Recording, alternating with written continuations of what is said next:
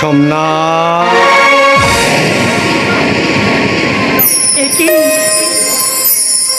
দীপুদা, একই চেহারা হয়েছে তোমার। ওরা ওরা কি তোমাকে খেতে দিত না? এই অবস্থা দেখবার আগে আমি যদি মরতে পারতাম, আমার কোনো দুঃখ থাকতো না। কেন কেন তুমি আমার বাড়িতে এলে? বলো কেন কেন কেন? কেমন আছিস বল? নরক দর্শন করে এলাম রে সোমনাথ। নরক? জেলখানা মানেই তো নরক। আমি হলফ করে বলতে পারি সোমনাথ, কোনো সৎ মানুষকে যদি 6 মাস জেলের মধ্যে আটকে রাখা হয়, সে একজন পাকা সমাজ বিরোধী হয়ে বেরিয়ে আসবে। আমার কি মনে হয় জানিস, ওই জেলখানা প্রথমে তৈরি হয়েছিল মানুষকে সংশোধনের সুযোগ করে দেবার জন্য। চোর ডাকাত পকেটমার তৈরি করবার কারখানা তো জেলখানা নয়, কিন্তু বস্তুত পক্ষে তাই হচ্ছে রে সোমনাথ। ওখান থেকে বেরোবার পর মানুষ আর মানুষ থাকে না রে সোমনাথ, একটা জানোয়ার মরে যায়। তাই হোক, তুই যে বিকাশের মুক্তি পেয়েছিস সেটাই তোর ভাগ্য। নইলে তুই যে ষড়যন্ত্রের শিকার হয়েছিলি, জেল তোর অবধারিত। আমি জানতাম রে সোমনাথ, ছাড়া আমি পাবই, কারণ আমি তো কোনো অন্যায় করিনি রে। ওরে, সত্যের সূর্যকে কখনো মিথ্যার কুয়াশা দিয়ে ঢেকে রাখা যায় না, একদিন তা প্রকাশ পাবে। বাড়ি গিয়েছিলি? না, আজকে রাতটা তোদের এখানে থেকে কাল ভোরে বাড়ি চলে যাব। হ্যাঁ রে সোমনাথ, আমার মা বাবা দীপা এরা সব কেমন আছে জানিস? ভালোই আছে। মা বোধহয় খুব ভেঙে পড়েছে, তাই না রে? বাবা হয়তো বিশ্বাস করেছে সত্যি আমি ছিনতাই করেছি, কিন্তু আমার পর দীপা কিছুতে বিশ্বাস করবে না, কারণ সে তো তার দাদার মনটাকে আয়নার মতো দেখতে পায়। তবে সঞ্জয় সেনকে আমি কিছুতেই ছাড়বো না। এই অপমানের প্রতিশোধ আমি নেবই। তুমি এসো, এক পাশে চেহারা যা ছিঁড়ি করছো, একেবারে তাকানো যাচ্ছে না। আসলে শরীরের উপরে তুমি যত্ন নিচ্ছ না। কি করবো বলো, জেল হাজতে তোমার মতো প্রিয়জন তোকে তো ছিল না যে যত্ন করে খেতে দেবে। আসলে মানসিক চিন্তাতে আমার শরীরটা ভেঙে গেছে। ও 2-4 দিন বাড়িতে থাকলে সব ঠিক হয়ে যাবে। তুই মুখ হাত দিয়ে বিশ্রাম কর দেবো, আর তুই ওটা ধরিয়ে দে রামা, আমি আসছি। এই কোথায় যাবি এত রাত্রে? আরে এতদিন বাদে বাড়িতে এলি, শুধু ডাল ভাত তোর সামনে ধরে দেওয়া যায় না? তুই একটু বিশ্রাম কর, আমি বেশি দেরি করবো না রে। আমি যাবো আর আসবো।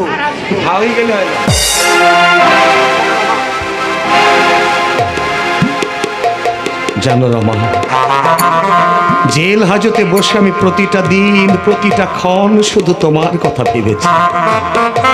মাঝে মাঝে আমার মনে হয়েছে আজ বুঝি আমার রমা আমার সঙ্গে দেখা করতে আসবে, কিন্তু নিষ্ফল প্রতীক্ষা। একটা দিনও তুমি আমার সঙ্গে দেখা করতে গেলে না রমা। তুমি তুমি কি আমাকে ঘৃণা করো রমা? না, তুমি আমাকে ভুল বুঝো না। তুমি তো জানো, ইচ্ছা থাকলে মেয়েরা সব কিছু করতে পারে না। তুমি যে আমার কি কতখানি রমা, জানো, এই 1 মাস আমি পেট ভরে ভাত খাইনি, আমি বিশ্রাম নাইনি। আমি শুধু অজরে কেঁদেছি আর ভগবানের কাছে প্রার্থনা করেছি, ওকে তুমি সসম্মানে মুক্ত করে দাও। লক্ষ্মীটি কেঁদো না, এবার আমরা নতুন করে জীবন আরম্ভ করব। আমি মনে মনে ঠিক করেই ফেলেছি যে চন্দনের সঙ্গে দীপার বিয়েটা হয়ে গেলে আমি তোমাকে বিয়ে করে বাড়িতে নিয়ে যাব। তোমাকে দূরে সরে রাখতে আমারও যে ভীষণ কষ্ট হয় রমা। দেবদা, সরকারি চাকরি হয়তো আমার ভাগ্যে নেই, কোনো কলকারখানায় যদি আমি কুলির কাজও পাই আমি তাই করব। আমার মা বলে শিক্ষার অহংকার করে কোনো লাভ নেই, এই পৃথিবীতে কোনো কাজই ছোট নয়। আর কিছু না হোক মোট বইব, রিক্সা চালাবো, লোকে যা ভাবে ভাবুক, কিন্তু পেটের জন্য আমি যে কোনো কাজ করতে প্রস্তুত। আমার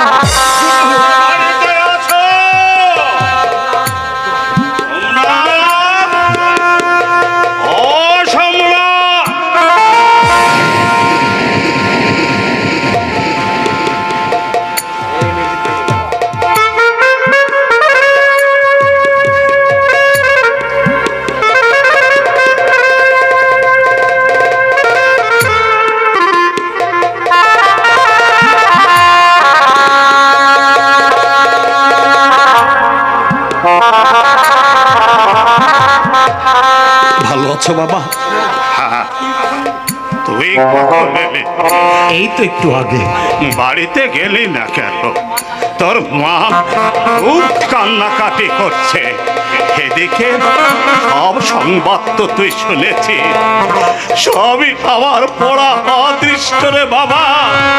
নইলে দীপার মতো মেয়ের জীবনটা এমনি ভাবে। দীপা, বাবা, বাবা, দীপার কি হয়েছে? তুই তুই কিছু শুনিসনি বাবা? না না, কি কি শুনবো, বলো না, দীপার কি হয়েছে? বাড়িতে চল, সব শুনতে না পাবি। না না না, দীপার কি হয়েছে বলো না। কিছু হয়নি, তুমি হাত দাঁড়াও, দীপার কি হয়েছে আমি এক্ষুনি জানতে চাই। বাবা, বাবা চুপ করে থেকো না, বলো কি হয়েছে দীপা। দীপা কি বিষকে আত্মহত্যা করেছে? তাহলে কি কোনো ছেলের সঙ্গে পালিয়ে গেছে? তাহলে কি হয়েছে দীপার? আহ!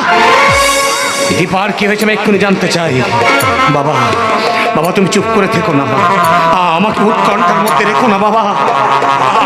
আমার বুকের মধ্যে কিন্তু ঝড় বইছে। দয়া করে বলো কি হয়েছে দীপার।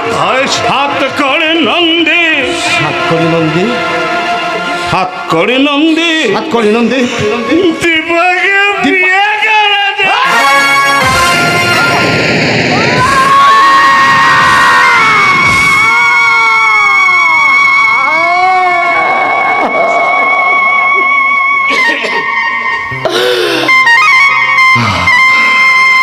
না না না না, এই হতে পারে না, এই আমি বিশ্বাস করি না।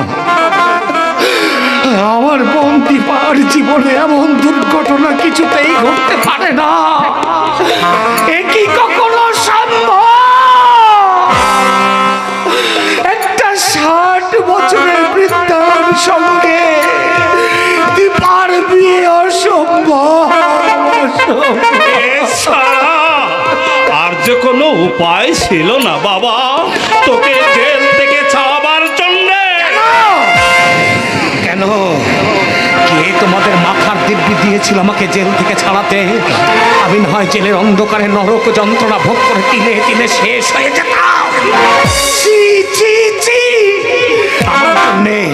আমার জন্য একটা কচি মেয়ের আশা আকাঙ্ক্ষা, জীবনের স্বাদ স্বপ্ন দুপায়ে মারিয়ে দীপার জীবনটাকে তোমরা হাহাকারে ভরিয়ে দিলে কেন? এটাকে বলি দেওয়ার আগে কেন তোমরা আমার সম্মতি নিলে না? কেন আমাকে একটা কথাও জিজ্ঞাসা করলে না? আমি কি মরে গেছি? না না, তুমি স্নেহময় বাবা নও, তুমি একটা বিবেকহীন কসাই। হত্যা করতে পারছি না, আজ থেকে আমি শুধু তোমাদের ঘৃণাই করব। আমার বুকে তোমাদের জন্য শ্রদ্ধার আসন নেই, ঘৃণাই করব তোমাদের। তুমি শান্ত হও দেবতা, তুমি শান্ত হও।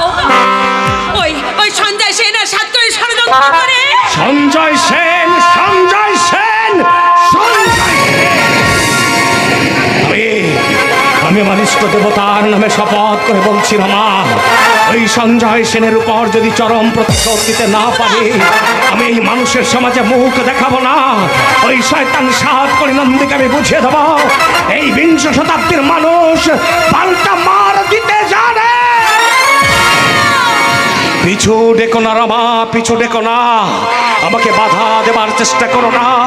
আমার বুকে জ্বলছে খান্ডবের দাবানল, আমার রক্তে উঠেছে সামুদ্রিক ঝড়ের তুফান।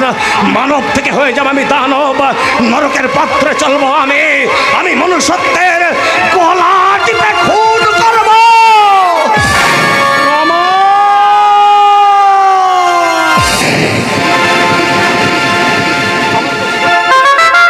রমা, আমার কচি বোনটা একটা বৃদ্ধ লম্পটের বাহু বন্ধনে হাহাকার করে কাঁদছে। তার আকুল আর্তনাদ আমি আমার এই বুকটার মধ্যে শুনতে পাচ্ছি। জ্বলে যাচ্ছে রমা, এই বুকটা আমার জ্বলে যাচ্ছে। আমি বুঝি পাগল হয়ে যাব।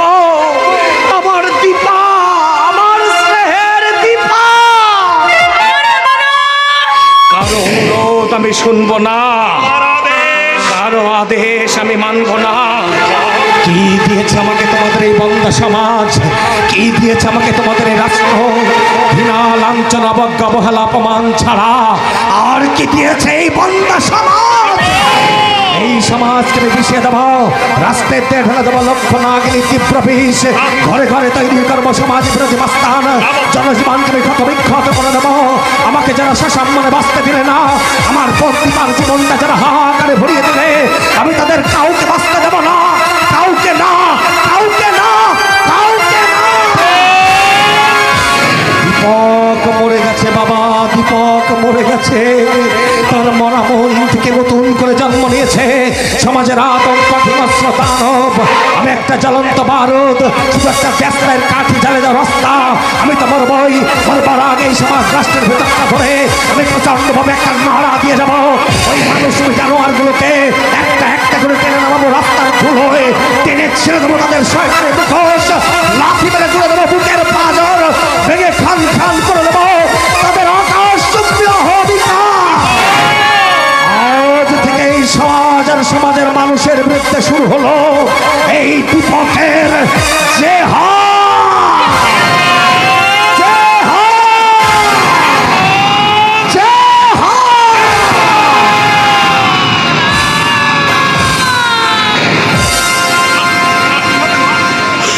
কি হবে, কি হবে মা? ও হয়তো এক্ষুনি ছুটে গিয়ে এই সঞ্জয় সেনের উপর হামলা করবে, সাথে করিকে ও মারধর করবে, আবার ওরা ওকে ছেলে পাঠাবে মা। কি করব আমি, কি করব ভগবান? আপনি বাড়ি যান মশাই, দাদা এলে আমি বুঝিয়ে সুঝিয়ে বাড়িতে পাঠিয়ে দেব। তাই দিস মা, তাই দে, তোর কথা ও শুনবে। ভগবান আমায় মেরে রেখেছে মা, ওই দীপুই আমার আশা ভরসা। সেই আশাই যদি শেষ হয়ে যায়, মৃত্যু ছাড়া আমার যে আর কোনো পথ খোলা থাকবে না মা, আর কোনো পথ খোলা থাকবে না। মেসোমশাই, একটু আগেও যে মানুষটা ঘর বাঁধার স্বপ্ন দেখছে, 5 মিনিটের মধ্যে তার স্বপ্ন ভেঙে চুরমার হয়ে গেল। শান্ত মানুষটা আবার অশান্ত হয়ে উঠল। ওর মনে তুমি শান্তি দাও ঠাকুর, ওর মনে তুমি শান্তি দাও।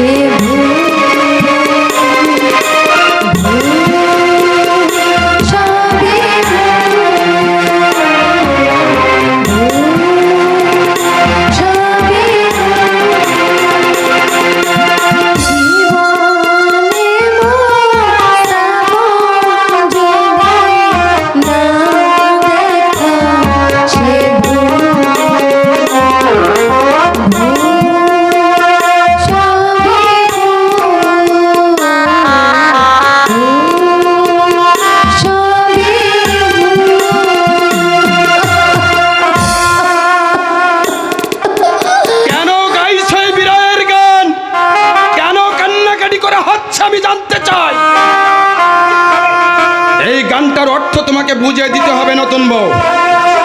আমি কি ঘাসে মুখ দিয়ে চলি? নষ্টামি আমি বুঝি না ভেবেছ? শালা যখনই দেখি চোখের জন্য খেজুর গাছের মতো রস টপ টপ টপ টপ করে পড়ছে। বলতে হবে কি দুঃখে আমি তোমায় রেখেছি, কেন কান্নাকাটি করা হচ্ছে আমি জানতে চাই। তুমি অযথাই মাথা গরম করছো, আমি তো কোনো অভিযোগ করিনি। তুমি দয়া করে আমাকে বিয়ে না করলে আমার দাদার জেল ছিল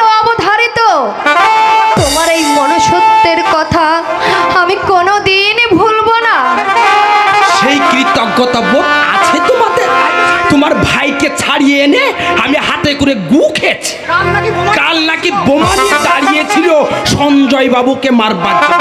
দাদা, হ্যাঁ, তোমার দাদা ওয়াগান ব্রেকারদের সঙ্গে মিশে বিয়ে করো ওয়াগান ভাঙছে, আবার নাকি লোকের সাথে বলে বেড়াচ্ছে আমাকে খুন করবে। আমি তোমাকে বলে রাখলাম নতুন বউ, আমার পিছনে লাগতে এলে ও শালার বাপের নামে আমি খগেন করে ছেড়ে দেব। আমার নাম সাতকড়ি নন্দী, যার ইয়েতে লাগি তার ইয়েতে বস দিয়ে দিই। দাদা শেষ পর্যন্ত নোংরা কাজে নেমে পড়লো, কিন্তু দাদা তো এরকম ছিল না। তুমি দয়া করে একবার দাদাকে আমার কাছে এনে দাও না, আমি তাকে বুঝিয়ে বলবো যার মাথার উপরে বৃদ্ধ মা বাবা, সে কি করে মৃত্যুর সঙ্গে পাঞ্জা লড়ে। দাদার পা দুটো জড়িয়ে ধরে আমি বলবো, কার উপর অভিমান করে তুমি মৃত্যুর মুখে ঝাঁপিয়ে পড়ছো দাদা? তুমি শিক্ষিত মানুষ হয়ে কেন এ কাজ করছো? কেঁদো না নতুন বউ, আমি কথা দিচ্ছি যত টাকা লাগে আমি তোমার ভাইকে দেবো। একটা দোকান টোকান করবে, হ্যাঁ? তোমাকে আমি কত ভালোবাসি সে তুমি বুঝবে না নতুন বউ। তোমাকে আমার ইয়ের মতো। ছাড়ো ছাড়ো বলছি। কেন ছাড়বো? তুমি আমার ছাড়ো ছাড়ো না রে পশু।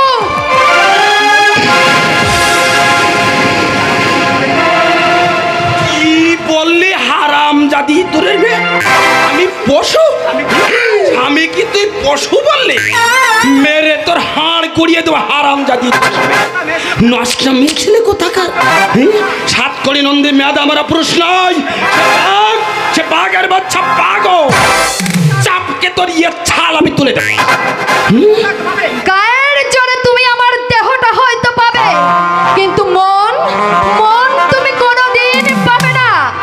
আইনের জোরে পেতে পারো তুমি স্বামিত্বের অধিকার, কিন্তু মনের অধিকার তুমি কোনোদিন পাবে না। আজও আমি কুমারী, আর কুমারী থেকেই আমি চিতায় যেতে চাই, চিতায় যেতে চাই।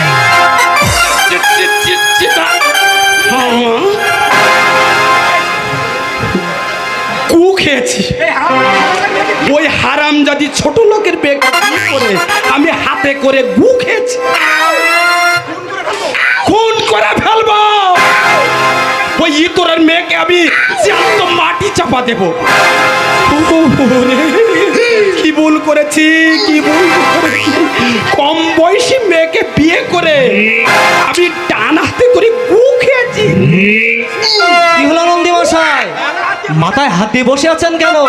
বাবু আপনাকে আবার ডেকে পাঠিয়েছেন। রাতে আমি যেতে পারবো না।